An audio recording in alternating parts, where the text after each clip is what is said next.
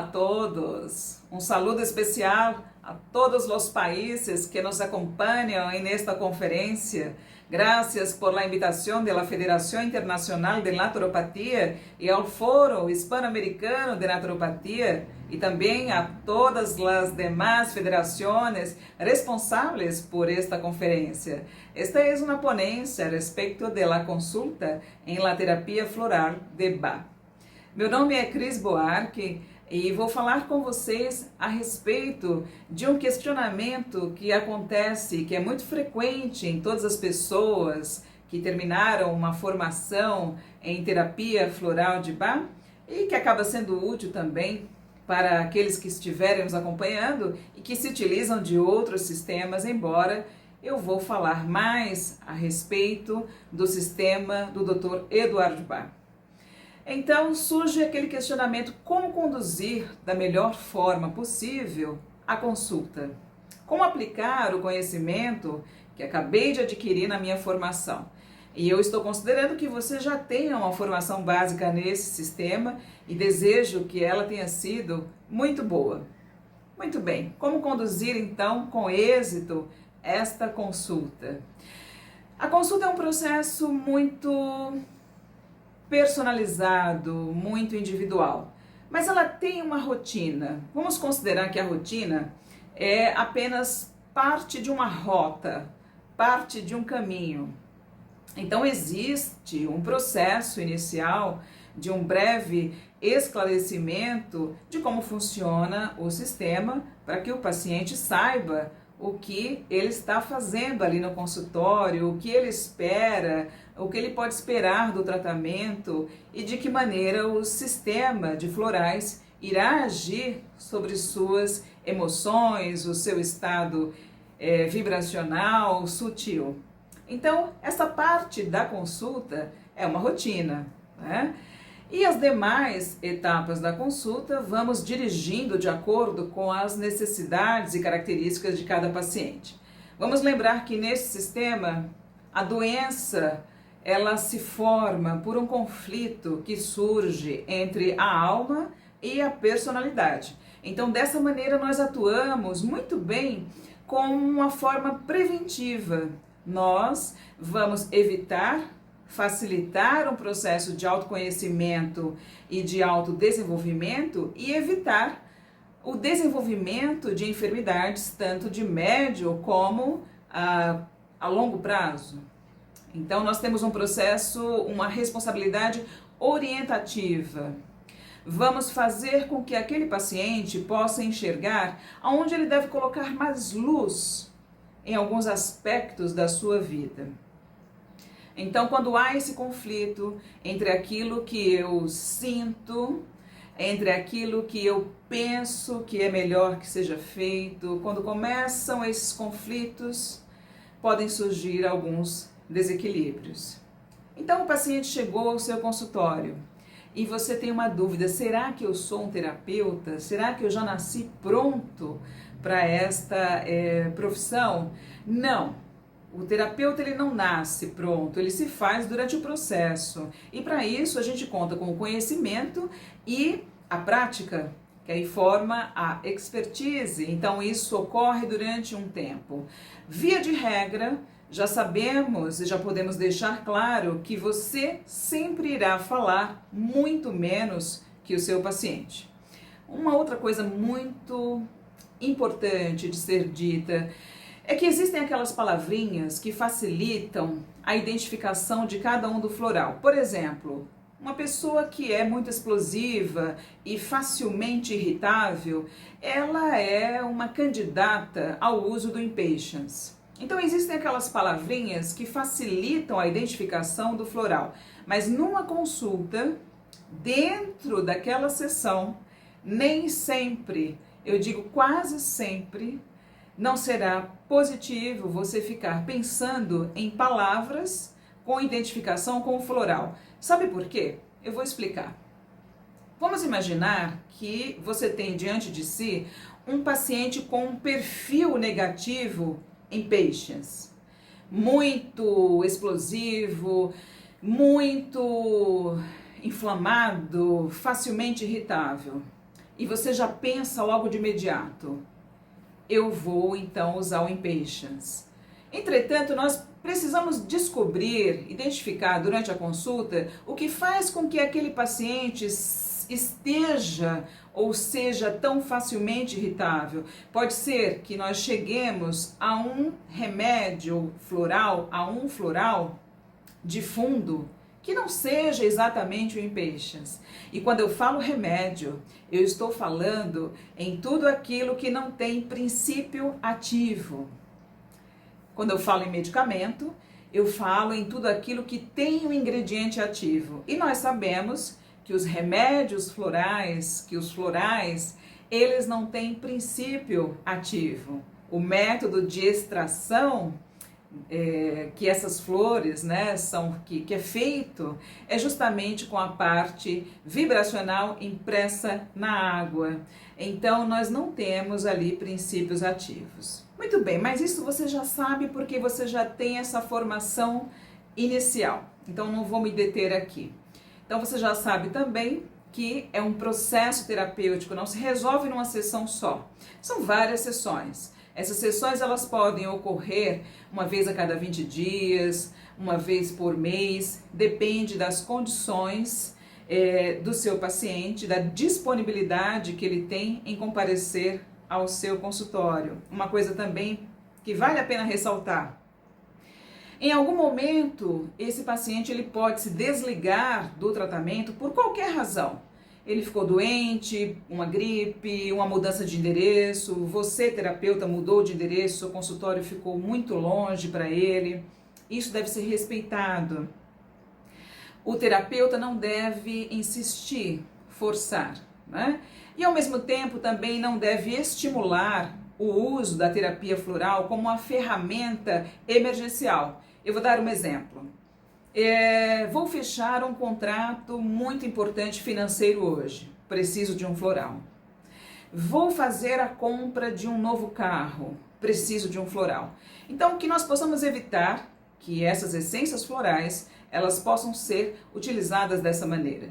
Numa situação ou outra, você pode auxiliar o seu paciente, mas que isso não se torne uma rotina. Muito importante durante a consulta ficarmos atentos à linguagem verbal e não verbal. Com certeza você já deve ter ouvido falar ou lido a respeito da importância disso, mas eu vou frisar aqui, eu vou deixar bem claro com um caso clínico. Por exemplo, eu estava atendendo um paciente que falava a respeito de ter encerrado uma sociedade comercial de forma muito angustiante, de forma sofrida, desgastante. Enquanto ele falava, eu perguntei se para ele essa questão já havia sido resolvida. E ele disse o seguinte: sim, para mim é um processo absolutamente tranquilo. Enquanto ele falava, a veia da região frontal ficou mais dilatada, a face ficou mais corada, sua postura corporal ficou mais defensiva. E eu observei também uma tremulação na pálpebra. Então vejam vocês que a narrativa do paciente, com a voz tranquila, dizia: não, está tudo bem, está tudo tranquilo. Numa outra sessão, eu fiz uma elaboração de uma nova pergunta a respeito dessa situação. E eu tive a seguinte resposta: para mim está tudo ótimo, só não quero dividir o mesmo ambiente, frequentar os mesmos lugares que estas pessoas, mas para mim está tudo bem. Então, neste caso, se a gente for pensar em florais que se adequam perfeitamente a esta situação, nós já temos então aí Holly Willow, por exemplo, para tratar esses sentimentos, inclusive de ressentimento, né? O indivíduo magoado. Então nós já temos aí 2 florais que a gente pode utilizar. Vem aquela pergunta: esses florais vão ser utilizados por quanto tempo? Por muito tempo? São sempre esses florais? Olha, no decorrer do processo terapêutico, algumas coisas podem acontecer com o paciente. algumas coisas mais inusitadas que de repente aconteceram. Então você pode manipular um novo frasquinho com outras essências para aquele período, para aquela fase. E ainda deixar os remédios, os florais de fundo, agindo até que nós possamos perceber junto com o paciente que ele se sente mais confortável e mais livre a respeito deste assunto. Tomar os florais é interessante porque ele vai desencapando, tirando capas, tirando cascas. Então, inicialmente, a gente percebe que tem uma queixa inicial, que é a mais latejante, é a mais inflamada, é a mais pulsante, mas que depois ela vai se desanuviando, esmaecendo, se desmanchando, e nós vamos chegando então a outras questões. Uma pergunta muito importante que é sempre feita por todos aqueles que estão entrando, que estão começando essa nova profissão, é se devem logo investir na aquisição das essências florais, das 38 essências, das essências matrizes, não é? Eu costumo falar que não precisa ter tanto essa pressa, porque a consulta é mais importante e o treinamento de pensar na receita, pensar nos florais mais indicados. Porque uma outra pessoa pode manipular o floral do seu paciente, você também pode e um outro profissional pode. Muitas vezes você não tem aquele dinheiro para disponibilizar, para investir de imediato. Isso não tem problema, porque o foco é a consulta, o foco é o treinar o olhar, o ouvido para o que é melhor para o paciente, qual o floral mais adequado. Uma outra questão muito importante é a empatia, é a confiança, o processo de confiança. E aí a empatia não é apenas não quer dizer você tomar o problema do outro como o seu, mas uma condição de compreender o problema do outro. Então, muitos profissionais, quando terminam a consulta, alguns sofrem por causa da angústia do paciente, ou ainda ficam pensando, será que eu fiz realmente a orientação da melhor essência? Será que eu acertei com relação a isto? Então, lembrando que esse processo de empatia é conseguir compreender o problema do outro. Outra coisa também muito importante é você conseguir, através do seu movimento corporal, das suas atitudes, despertar a confiança do paciente, mostrar-se interessado, né? Não mostrar-se apático, passivo e nem com excesso, controlar bem o excesso de movimentação corporal que você possa ter como profissional. Quer dizer, nem tanto, nem muito, nem excesso, nem falta, que mostre desinteresse. Então essas informações com relação, por exemplo, a você portar-se de uma maneira na linguagem mais próxima ao seu paciente. Então, se você atende uma criança, se você atende um adolescente, não é que você precise usar gírias, mas você pode ser menos formal. E quando você atende a pessoas que têm mais idade, você deve observar o tom de voz, a velocidade da fala, como essa pessoa se porta, porque muito disso mostra a expectativa que essa pessoa tem que você, profissional, se porte, se comporte também. Em todas essas situações, tem um detalhe que tem que ser levado em consideração. Muito do discurso, muito da narrativa do paciente pode ter ali um elemento na conversa que você se identifica. Como terapeuta, pode ser uma situação que você já viveu. Então, muito cuidado para que você não transite, não se distraia. Você não pode ir embora com esse pensamento, com essa identificação. A consulta não é sua e eu recomendo que você utilize de todas as técnicas de concentração que você conheça, para que durante uma consulta, que normalmente pode levar 1 hora, você não se perca se identificando com parte dessa narrativa. Essa fase é muito importante porque a qualidade do tratamento depende do entendimento do diálogo, depende da clareza e da qualidade do diálogo. Tudo que vai ser orientado, tudo que vai ser indicado em termos de essências florais, depende da captação desse momento. Então, o terapeuta não pode divagar, ele não pode se perder, ir embora com aquela identificação que ele teve com a narrativa do paciente. Outra informação fundamental é o objetivo da consulta. O que trouxe você aqui? O que traz você aqui? Como você se sente hoje? Porque, veja bem, é urgente, é mais imediato que importante. Então, muitas vezes você tem a impressão de que aquele paciente, ele necessita de todas as flores, de todas as essências praticamente. E há aquelas pessoas que chegam à consulta com um nível de informação que já conhecem para que servem algumas essências florais. Então a pessoa já tem até uma ideia e ela chega e diz: olha, eu já tomei ou eu já conheço os florais e quero esta e esta essência. Então nós temos que identificar o que é urgente e estabelecer um objetivo claro, verificar qual é o principal objetivo. Por que eu falo isso?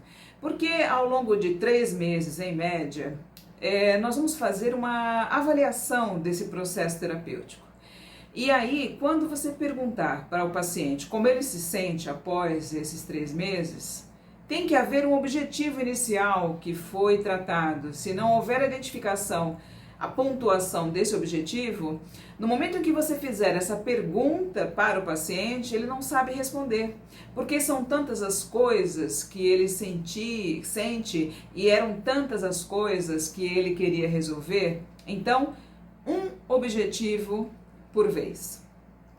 Porque há muitos profissionais que prescrevem 5, 6 ou mais flores, mas tenham em mente a fase de avaliação. É muito interessante quando você pergunta para o paciente, é muito gratificante quando você pergunta para ele como você se sente hoje em relação ao dia em que você chegou aqui com tal problema, com tal dificuldade. E ele ou ela diz: me sinto muito bem. Consigo ver o quanto nós caminhamos, o quanto eu estou, quanto eu me sinto melhor hoje. O quanto que está sendo produtiva essa caminhada, essa jornada. Isso é muito bom de se ouvir e para isso é preciso clareza. Clareza, aliás, é um ponto que vale a pena ressaltar durante a consulta, porque você pode perguntar para o paciente, faz parte da consulta da escuta ativa. Então, você quer dizer que?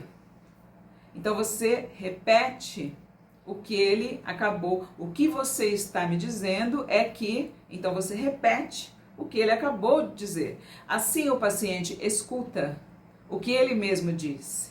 E você também consegue identificar e entender se é aquilo mesmo que foi colocado. Porque muito do que o paciente verbaliza pode haver uma dificuldade na clareza e você entender de uma outra maneira. Se o seu entendimento for diferente daquilo que o paciente está narrando, a indicação do floral provavelmente será inócua. Pode não fazer nenhum mal ao paciente, mas não trará o benefício esperado. E isso não é positivo, porque algumas pessoas, quando questionadas a respeito da terapia floral, podem dizer o seguinte: olha, eu fiz, mas não senti assim nenhuma grande mudança, nenhum grande benefício. Aliás, por falar em mudança, existem pessoas que têm receio da terapia floral porque acreditam que vão mudar a personalidade. Eu, como exemplo, atendi um paciente certa vez que ele se sentia muito bem em ser a pessoa que ele era. Exigente, perfeccionista, um líder nato, crítico, e ele estava com receio de perder essas características. E na verdade ele não vai perder essas características. Essas características, quando exacerbadas, quando elas começam a interatuar, né, começam a prejudicar a própria existência da pessoa e as relações pessoais e profissionais. Mas você coloca-se num perfil da essência floral, num padrão positivo. Você não vai deixar de ser uma pessoa que tem essas características de liderança, de muita capacidade de comunicação, uma inteligência muito ativa, dinâmica. Não. E também uma questão que é muito perguntada em cursos, essa é uma questão recorrente dos alunos. Qual é a anamnese ideal para a consulta na terapia floral? A anamnese é aquela ficha que contém os dados pessoais, os dados clínicos, o histórico do paciente. Eu recomendo a vocês que esta consulta ela não seja num formato de entrevista, pergunta e resposta de anamnese. Então, existem algumas informações que elas podem ser coletadas na sala de espera, elas podem ser coletadas até na própria consulta, mas 10, 15 minutos selecionados exatamente para essa finalidade, aonde você tem ali realmente o contato, os dados pessoais, cirurgias talvez já realizadas, medicamentos em uso, etc. Essas informações que têm a sua importância. Se você tem um paciente que é cardiopata, hipertenso ou tem uma diabetes descompensada, essas informações são muito importantes porque essa pessoa pode ter um mal-estar e você deve, como profissional da área de saúde, saber do que está acontecendo. Mas durante a consulta, evite transformar a consulta em si numa entrevista, sabe? Aquela coisa estanque. Deixe que a consulta entre no flow, deixe que ela siga um fluxo. E depois, quando você terminar de atender esse paciente, reserve uns 10 minutinhos para tomar nota de informações importantes que você percebeu, que você ouviu, que você identificou na consulta e que você até confirmou com o seu paciente, se era aquilo mesmo, se era daquela forma que ele queria dizer ou sentia. Nem é muito interessante que você leve o seu paciente à porta e já peça para um outro entrar. Peça para aquele que está esperando aguardar alguns instantes enquanto você, uns 10 minutinhos, um tempinho, enquanto você faz então essas anotações. Mesmo porque se você não fizer, você pode esquecer e correr o risco de numa próxima consulta você perguntar algo que o paciente se recorda muito bem de ter dito recentemente a você. E isso não é positivo, mostra uma falta de interesse, uma distração, isso não é bacana, não é positivo, né? Então, existe também dentro desse processo terapêutico, o que pode ocorrer, uma relação de transferência e de contratransferência. A relação de transferência, ela pode ocorrer do paciente em relação ao terapeuta. Eu vou dar um exemplo. O paciente relata que teve uma situação de vida muito difícil com a mãe. Não havia diálogo, a mãe não respeitava suas vontades, não o escutava, não era atenciosa com ele. E você, que é terapeuta e está realizando a consulta, você é boa ouvinte, você é uma pessoa que dá atenção, você está ali durante aquele tempo na escuta, né? Uma ouvinte atenta. Então pode haver, neste caso, por exemplo, um sentimento extra, um sentimento de afeto do paciente com relação a você, justamente por essa falta que havia no relacionamento, por exemplo, com a mãe dele. Então você, profissional, deve identificar, esse é só um exemplo, isso pode acontecer de outras formas. Você, como profissional, deve identificar o que está acontecendo, uma relação de transferência. Pode acontecer uma relação de contratransferência, que é do terapeuta com relação ao paciente. Como isso ocorre? O terapeuta, ele começa a fazer contatos excessivos com o paciente, ou via telefone, mensagem, pergunta como foi o dia, pergunta se ele conseguiu realizar o objetivo daquele dia que ele queria, excesso de contato, talvez por um problema pessoal que o terapeuta esteja passando. Por exemplo, o terapeuta está passando pelo ninho vazio, né? Os filhos saíram de casa e aí está atendendo um adolescente, um jovem, e passa a ter essa relação de contratransferência, criar uma relação de dependência para com o paciente. Então, é muito saudável, é muito importante que você possa identificar essas ocorrências durante o processo terapêutico, porque existe um objetivo na consulta. Esse objetivo, ele deve ter um máximo de concentração para que você, com as suas condições de conhecimento, possa atender as expectativas.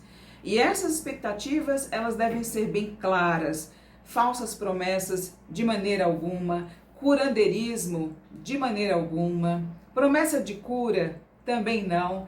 Nós, terapeutas florais, naturopatas, trabalhamos com o conceito, passamos até do conceito de multidisciplinar, de interdisciplinar, e já estamos no transdisciplinar, aonde nós buscamos as referências de várias ciências. Tudo isso se conversa perfeitamente e através de todo esse conhecimento nós conseguimos identificar a bioinformação, que são todas as informações da vida daquele paciente, suas relações sociais, profissionais com o meio ambiente, com ele mesmo, né? Todas essas interferências que constituem a bioinformação, e tudo isso nos dá a condição de fazer uma consulta não só muito boa, mas também de elencar, de relacionar quais as essências florais de um sistema, do sistema de Bach,